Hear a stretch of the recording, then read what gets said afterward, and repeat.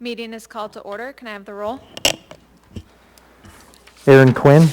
O'Quinn. Here. Andre Spinelli. Here. Danielle Bailey. Here. Greg Strike. Jared Gardner. Here. Radhika Krishna. Here. Jeff Ron. Here. Jim Winchester and Scott Polis are excused. Is there a motion to approve the minutes? What?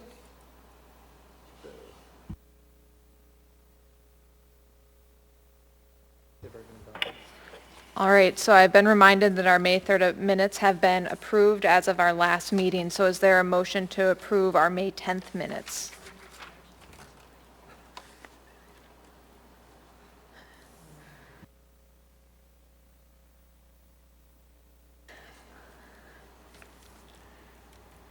Most of the time, it's my fault. All right, is there a motion to approve the minutes? There is a motion by Commissioner Strike, seconded by Commissioner Krishna. Any objection? Seeing no objection, the minutes are approved. Moving on to next item of business, disclosures. Commissioner O'Quinn, do you have any disclosures? No disclosures. Commissioner Strike? Commissioner Gardner? No disclosures. Commissioner Spinelli? Nothing to disclose. Commissioner Krishna? No disclosures. Commissioner Ron? No disclosures. And I also have no disclosures. Moving on to our next item, C2, informational item case 2021-0061. Can we have the staff report? Yes, thank you, Chair Bailey. So just a reminder, is an informational item, so there is no formal staff report, but I just would like to give a brief recap of what was included in the packet for informational purposes. So it was an application for a trail. So I'll just go over that really quickly. There's no formal action the commission needs to take tonight. However, the applicant is on the line if there's questions about the project. So the Municipality of Anchorage Parks and Recreation Department is developing the Chugach Foothills Connector Multi-Purpose Pathway. This is near the Tudor Road and Muldoon Road curve.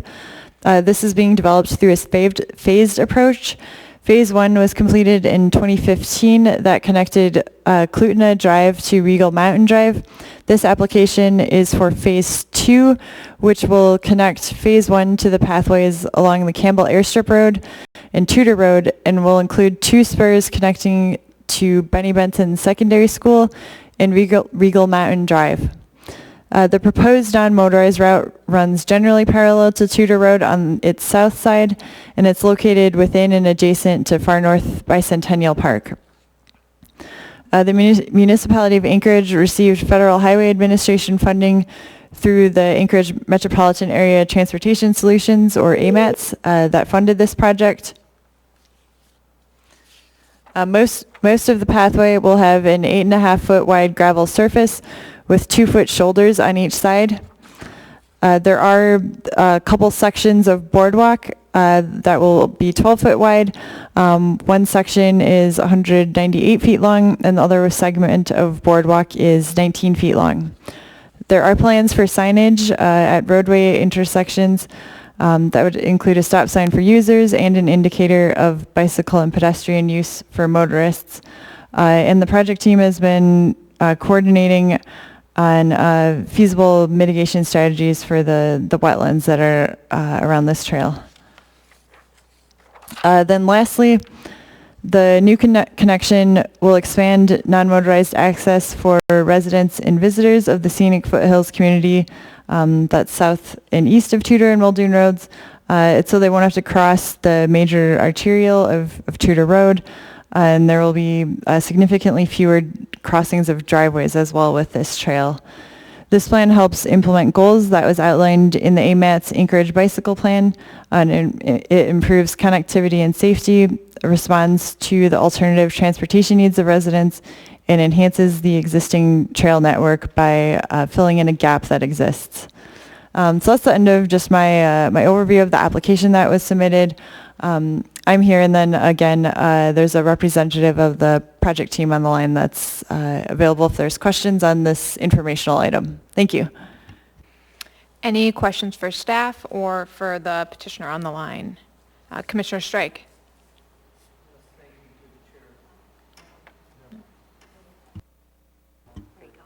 Thank you. Will this trail also be used by the dog mushing community? I can take that one. Commissioner Strike, no, it's a multi-purpose pathway, but it will be for pedestrians, bicyclists, walkers, I suppose skiers, but not for the mushers. Okay. And the second follow-up question would be horse trail. Will it be used by horse trail as well? No, my understanding is it's not for people on horses either. Just walkers and bikers mostly, and skiers. So is that a precluded activity or just not expected to occur? I believe in general the trails for horses and the mushers are kept separate because I guess just in my own experience on skis, it would be dangerous to, like, if they were using the trail for crashes, or like the horses could be scared of other people. So I could refer to the project team if they have anything else to add, but I guess just being in that area, the horse and mushing trails are usually separate for safety reasons.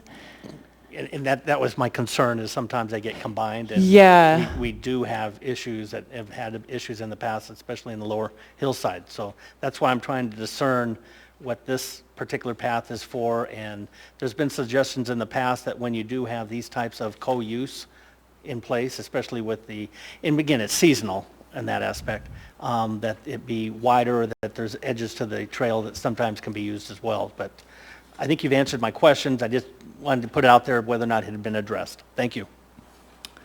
I'm going to go ahead and turn it to Mr. Keegan on the line. I believe he wanted to add something about the trails as well that might answer Commissioner Strike's question.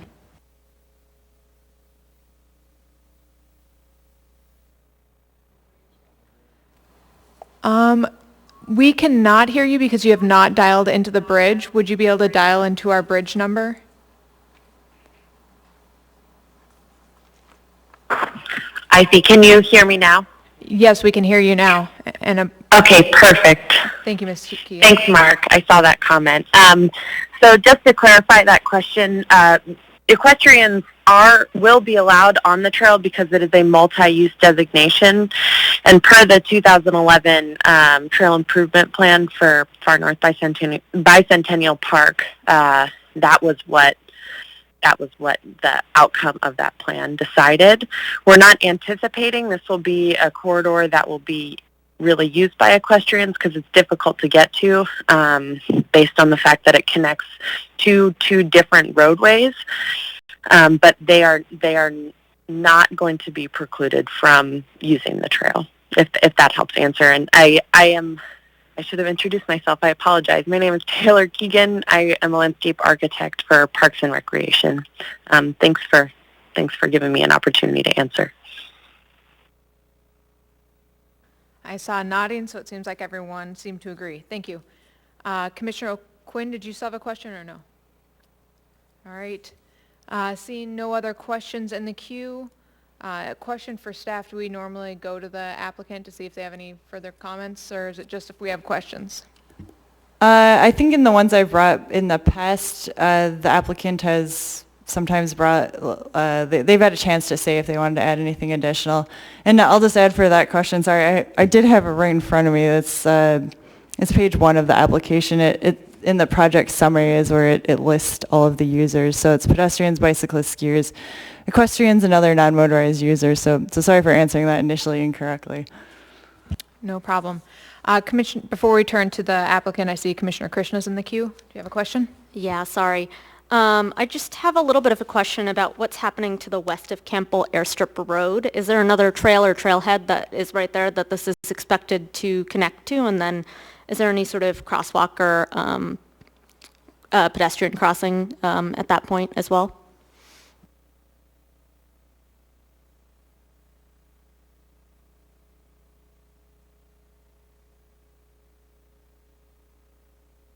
So Commissioner Krishna, I know that there's trails along Campbell Airstrip Road, but I'd like to let the project team see if they can answer that one.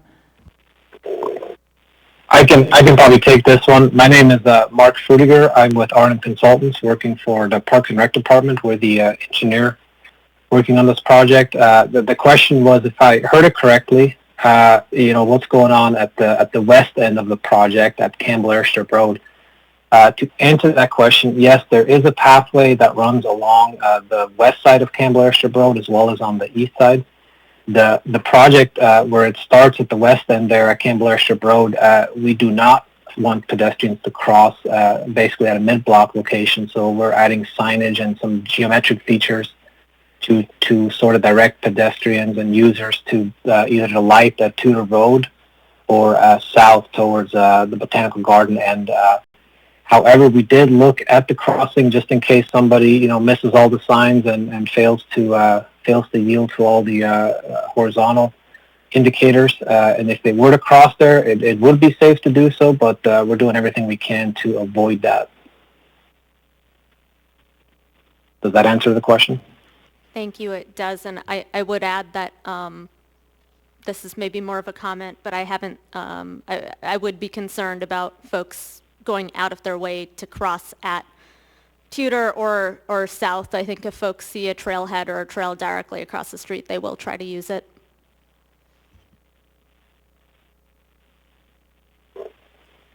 Thank you, Commissioner Krishna. Heading back to the petitioner, is there anything else you would like to add at this time?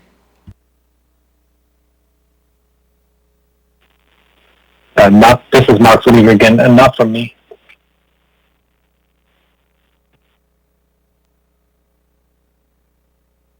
All right. Seeing no other individuals in the queue, I believe that can conclude our matter on this item because we do not need to take any action. I'd like to thank the applicant for being available and staff and those online for being able to answer questions. Thank you. Before we move to our next item on the agenda, I'm going to state the procedure by which the public may speak to the Commission. The procedure by which the public may speak to the Commission at its meetings is as follows. After the staff presentation is completed on public hearing items, the chair will ask for public testimony on the issue. Persons who wish to testify will follow time limits established in the Commission Rules of Procedure. Petitioners, including all of his or her representatives, will receive 10 minutes. Part of this time may be reserved for rebuttal.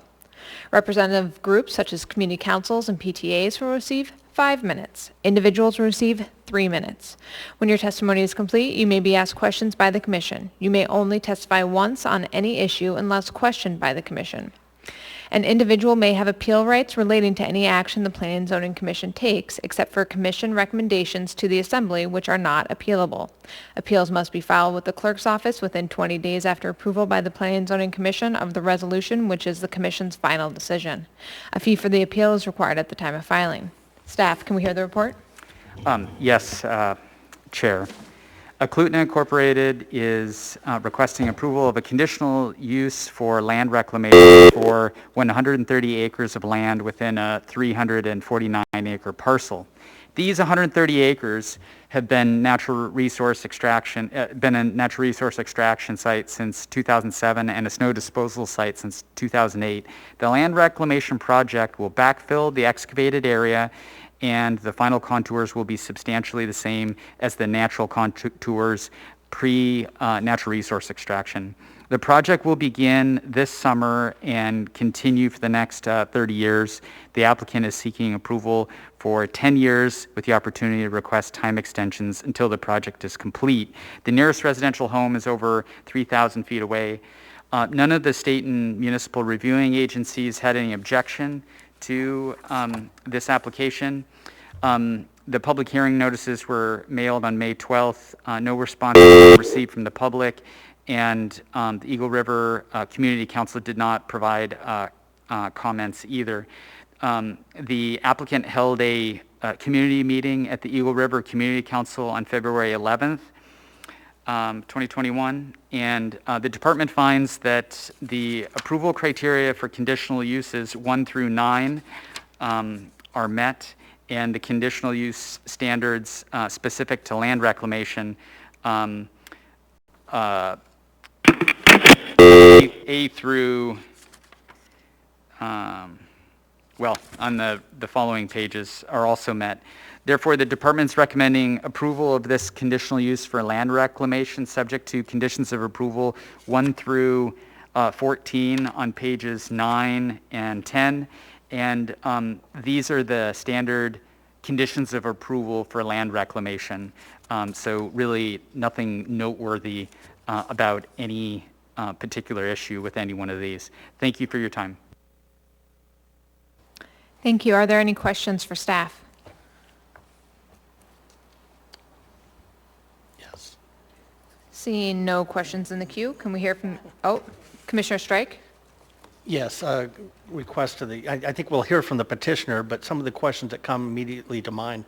I note that it's a 10-year plan, and they may look for an additional term to extend out for this backfill. Do we know what the long-term use of this property is intended to be? And I think that's a bit of a rhetorical because we're looking 10 years out, so it may not be known. But the type of materials that would be used for the backfill, and if these materials are expected to be a commercial site where it will receive materials from commercial project sites, for example, if there's a rebuilding on one of the roads and so forth. And then, of course, if that's the case, where that materials may be coming from, is that material going to be tested when it comes in? I've done a number of sites where materials came off of state and or municipal roads, and it was great material, except that half of it was contaminated. And so it wasn't until we did the testing that we removed it because it was for final. So these are some of the concerns I have whenever I see reclamation projects and they get long-term for 10 years. It turns into a commercial practice where you're substituting gravel to bring in backfill from other sites. And so I didn't know if that was something that your staff had looked at. Yeah, those are logical questions, and the first ones that we have in our discussions.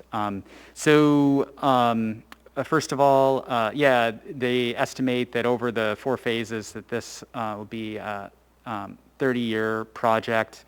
They're asking for 10 years with this approval, and they'll come before the commission to ask for their approval to be extended, probably in 5-year increments. That's normal and typical of the many natural resource extractions or land reclamations throughout the community.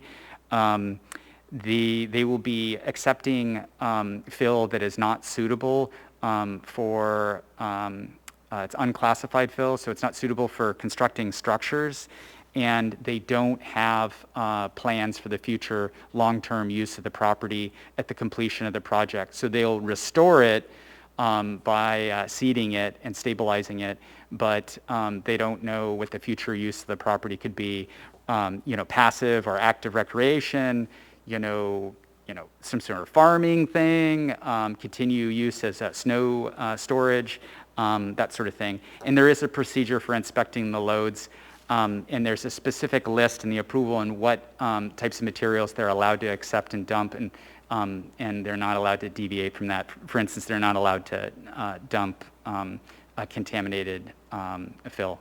Thank you. And as a follow-up? Yes, thank you. And so since this was previously an excavation site, now we're coming in there and remediating and bringing the fill back up. Do we have any idea what the groundwater situation is, depth, and are there groundwater wells, any monitoring wells at or nearby? Will that be discussed? And that was the other follow-on question, was whether or not it was still going to be used for snow dump storage. Yeah, so I think that Eagle River Street Maintenance and relies on this site for snow disposal. And at the conclusion of the land reclamation project, they may discuss continuing that. It's a huge, huge area, and they could certainly accommodate a snow storage within the property. That's definitely a possibility, but basically that's something that is many years off before they need to address that, because the snow disposal site is at the far end, the last phase that they would be doing land reclamation. So it's something that they could discuss later. Let's see the other question. Could you repeat the question I missed? Yeah. Yeah, the other one was the groundwater, yeah. since we're building up, whether or not there were any monitoring wells, and I note that the nearest property is 3,000 feet, but not noticing the topography, so know if it's downhill, uphill, et cetera, if there's any exposure for possible groundwater issues or well issues in the area. Thank you.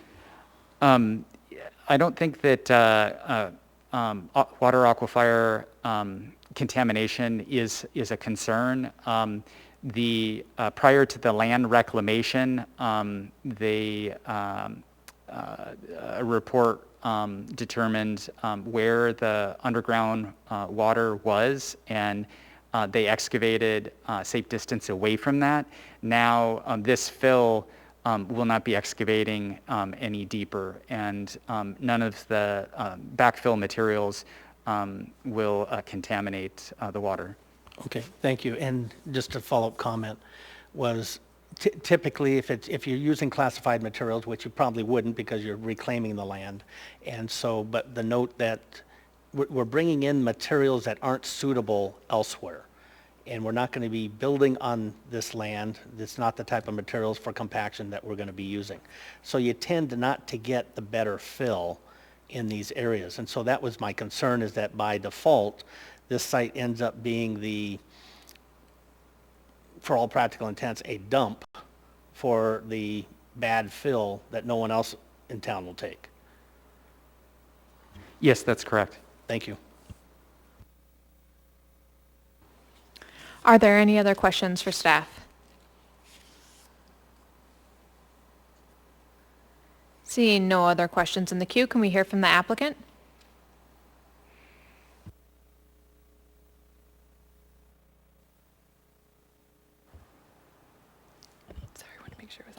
This is Melissa Branch with Big City Engineers. Last name's Branch, and I have Bryce Hattenberg with the Klutna on the phone to assist and answer any questions. So we wanted to start that we've been working closely with the municipality, and there's one condition that we do want to ask for a modification on, and then I would like to answer your questions. So condition number 8 has operational hours being limited from 7 a.m. to 5 p.m., and we would actually like to modify that from 7 a.m. to 6 p.m. Monday through Saturday to match the original approval, the 2007-022 resolution for this tract, and it also matches the activities for the 2017 resolution for tract 37 to the north. So it's that hour extension just to match what's happening already. I'm going to let Bryce talk about contamination because we'd asked him that when Francis and I visited the site with him because he's the on-site operations manager. But they do check for that, and they do require spill cleanup, and they have procedures in place for stuff that's coming to the site now. But the groundwater, so our highest elevation on the site, I'm going to grab a picture.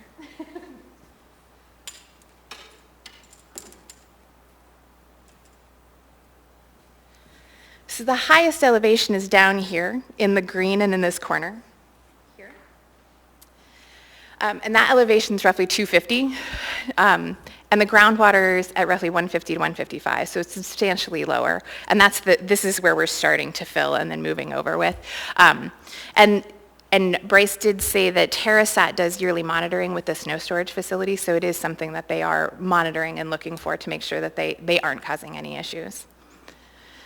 So Bryce, if you can unmute and address the contaminated soils, please.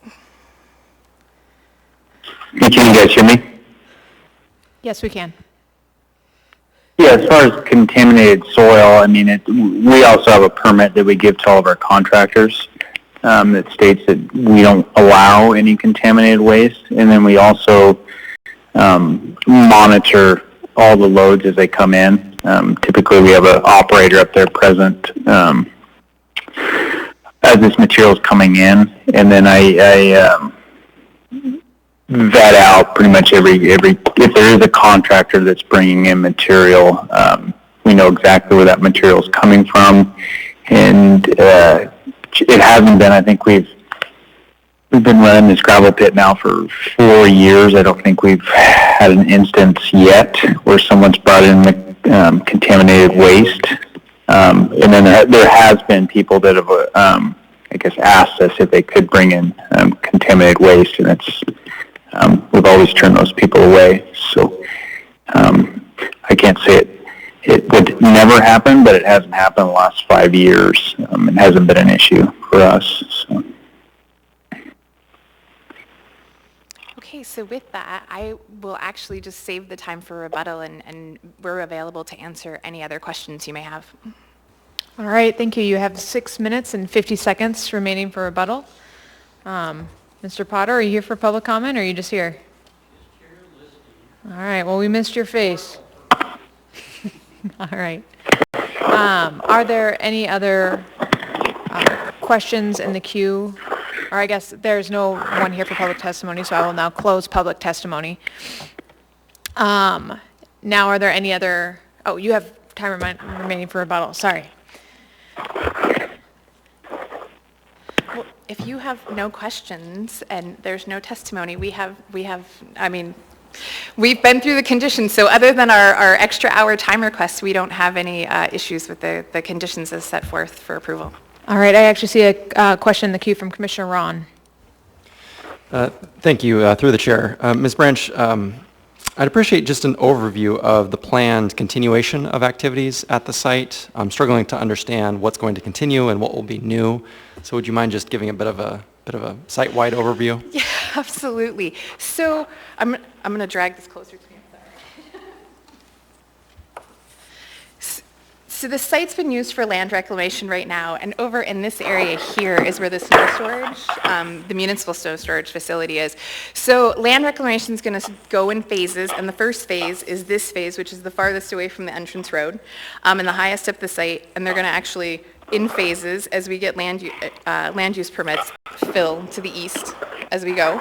And so they're wrapping up the natural resource extraction on the east end, like the northeast end of the property, and they're going to start reclaiming this, and the municipal snow storage facility will stay in activity until such time as they reach that, which is many, many years in the future. And then they have agreements in place, Eklutna and the snow storage facility, so those will have to be renegotiated, and they may remain a use out there. Thank you. If I may, a follow-up question through the chair. Ms. Branch, I believe I saw reference in the staff packet in the application to vehicle traffic counts not increasing, and the argument as I understood it was that loads would be dropped off and then also picking up material. So is that the concept throughout, that you would only be allowing material to be dropped off by those loads also picking up? I'm not quite understanding the math as it was described in terms of vehicle traffic. Right now, there's an approval that allows material, asphalt, concrete, and stumps to be dropped off at the site and dumped. And so part of what we're asking with the land reclamation is to bury those, right, and to use that as fill, because right now they're just being stockpiled on the site. And so that's part of those dump trips. And then there's the natural resource extraction. And so part of what people do as they come in is they will drop off, and then they pick up clean materials as they go. So some of it's round robin, and then some of it, and Bryce can confirm this, is, that some people are dropping off, and they'll still continue to drop off. It's just what's happening on the on-site operations with the material they've been dropping off. And then the natural resource extraction, still people coming to pick up that material, the clean material. Thank you. Commissioner Bryce, Strike? did I misspeak? Yes, thank you. You can't leave yet.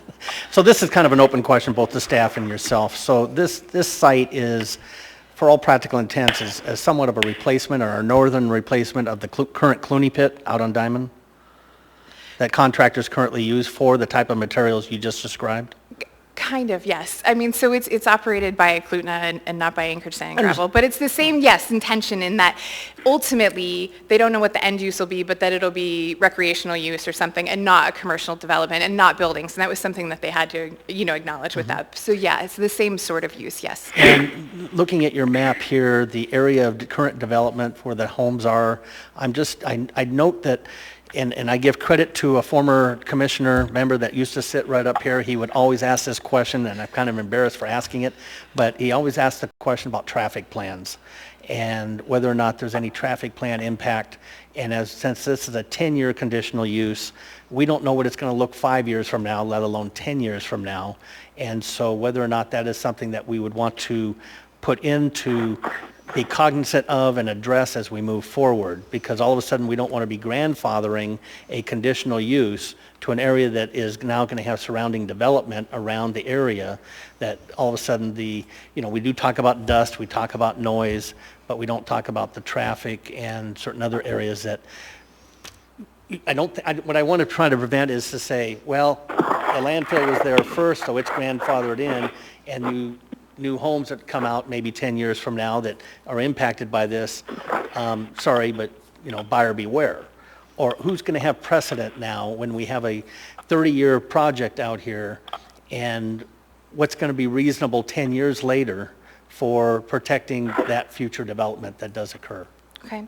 So I think part of this, and maybe Francis can help with that, is that we have approved trips now. I mean, with the conditional use, that as the conditional use goes for approval, that was part of what we had to look at with past approvals that have happened on this site, that we had to evaluate whether traffic was going to change and if there needed to be an analysis, because there was a preliminary analysis, and if we were changing that. And I would assume, I mean, it's the same sort of thing that as we go to renewals of the conditional use and you go back through these procedures, that we still have to evaluate traffic to see if it's changed from what it is. And then obviously surrounding impacts that. So I mean, that would have to be taken into account.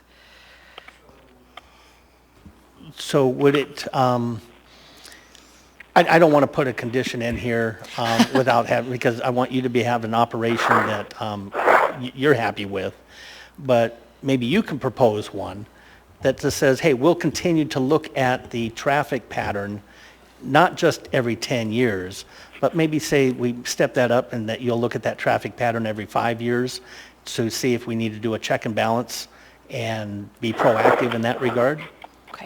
I will check with Bryce and see if he's okay with that. And I do know that as part of this, so we have to gain approval from you too, is that there's also the check of, we have to get a land use permit as we do this. And so we're going to get a land use permit for the phase 1 portion of this, to show what we're planning to fill. And that's reviewed by all the municipal departments from a civil standpoint, including traffic. So there's that part, so that as they move on to the next phase in timing too, that there's that opportunity to look at traffic too. Through the chair. You can go ahead. Thank you. So a few things, looking at page 11 of your packets. The residential development on the west side of Clutina Park Drive, that is, that's fully developed. There's no remaining phases there in that subdivision, and it adjoins the military reservation. So that's military land beyond that. So there's really no more expansion on that side. The distance between the highway and the entrance to this larger sort of, property owned by Clutina is it's not too long. It's really the length is the driveway beyond where any more development can happen. On the other side of Clutina Park Drive, much of that land, at least to the north, I think is dedicated parkland, but it shows up green in my internal maps at the office. But I think that there is more residential development that will occur there. I think that the municipal traffic engineer had no objection to this approval and didn't express any concerns about traffic. There's no proposed, as you stated, increase in traffic proposed with this application from what exists. It wasn't raised that continuing the same level of traffic approved with previous approvals was going to negatively impact future residential development. So I guess that's the comment I wanted to make on the traffic issue.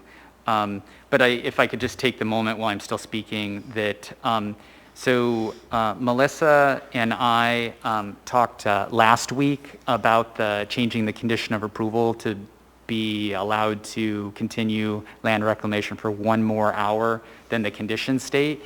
And she's right that the current natural resource extraction approval, they're approved till 6 o'clock, and the health department has no objection to that in terms of noise or dust. And the neighboring natural resource extraction on Tract 39 is also approved till 6 o'clock for natural resource extraction. And so the department has no objection to her requested change to that one condition of approval. So I just wanted, we talked about this ahead of time, and that she was going to propose it and the department would agree to it. And it tracks with the other approvals on neighboring property and on this one currently. Thank you. Thank you, Mr. McLaughlin. Commissioner Strike. Yes, and thank you, Mr. McLaughlin, as well. My concern on the traffic was that this is going out 10 years, and a lot can happen in a 10-year period. We've seen the city's maps as far as where the growth does occur. Going out into the Eagle River area is going to expand. It is, more homeowners. So 9 years from now, I don't want somebody coming back and saying, what were they thinking? Of course, 10 years is a long time. Of course things are going to change. I just want to be able to be out there on the record to be able to say that, it was looked at then, and either we're going to look at it in 10 years or we're going to look at it on some sort of periodic basis. I'm not saying that action has to be taken, but that's what I was looking at. And Cluton has done a fantastic job with its property, with its land stewardship and so forth out there, and with the development it has had with the homeowners. And so in parallel to that type of activity, it's to say we're going to still remain proactive and cognizant of that type of development. That's all I was looking for. Yeah, absolutely. So I talked to, texting Bryce, about that. And I know that as there's been development around them, so if for some reason or what happens that Powder Ridge is expanded, that they've been good neighbors and have been looking at the traffic with that. And also, as I pointed out with the land use permit, this first kind of phase in the area we're looking to fill, it being the highest and kind of the shallowest spot to fill, is short. It's 3 years that they're anticipating, is that we have to get a land use permit. So then traffic does look at the next phase and the next land use permit again. So I think that there's going to be that interim look at traffic, between in that 10-year time frame anyway. Okay. Commissioner Spinelli. Yeah, through the chair, I was just going to ask, is any future developments in this area, aren't they mainly, wouldn't they be done by Clutna as they own all the land around there? Largely, yes. Okay. And so then they do have to go through their normal approval process through you. Okay, thank you. Mr. McLaughlin. Just two other pieces of information. Clutna Park Drive is a collector street, and these residential lots or subdivisions, none of the individual lots go directly onto Clutna Park Drive. They all have streets that they access their lots from. There's no homes facing this street. Thank you. And I see no further questions in the queue. Thank you for your time. Thank you. And what is the will of the body? I believe there are staff recommendations on page 9 and 10 of our packet. Commissioner Quinn. In the matter of case number 2021-0059, I move to approve the conditional use for land recommendation subject to the conditions found on page 9 and 10. With the exception of condition number 8, I would move to amend that operational hours be limited to 7 a.m. to 6 p.m. Monday through Saturday. Moved by Commissioner O'Quinn, seconded by Commissioner Strike. Would anyone like to speak to the motion? Commissioner Spinelli.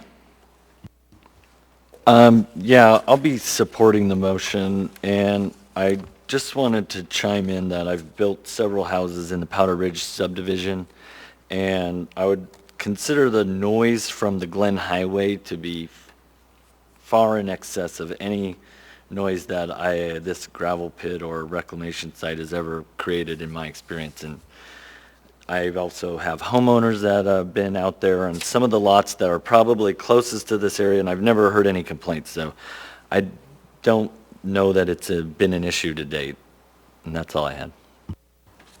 Thank you, Commissioner Spinelli. Would anyone else like to speak to that matter? Commissioner Strike. Thank you, and I will also be supporting the motion and would like to applaud Eklutna for the work it's done in that area and the progressiveness and progress that they've done.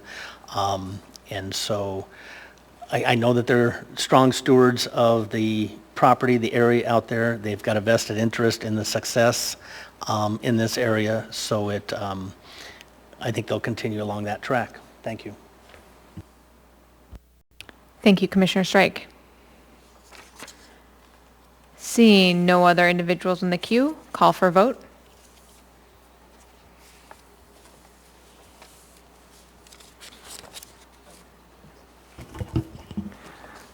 Mr. O'Quinn? Yes. Mr. Spinelli? Yes. Mr. Strike? Yes. Mr. Gardner? Yes. Ms. Krishna? Yes. Mr. Ron? Yes. Chair Bailey? Yes. And that motion passes. Thank you again.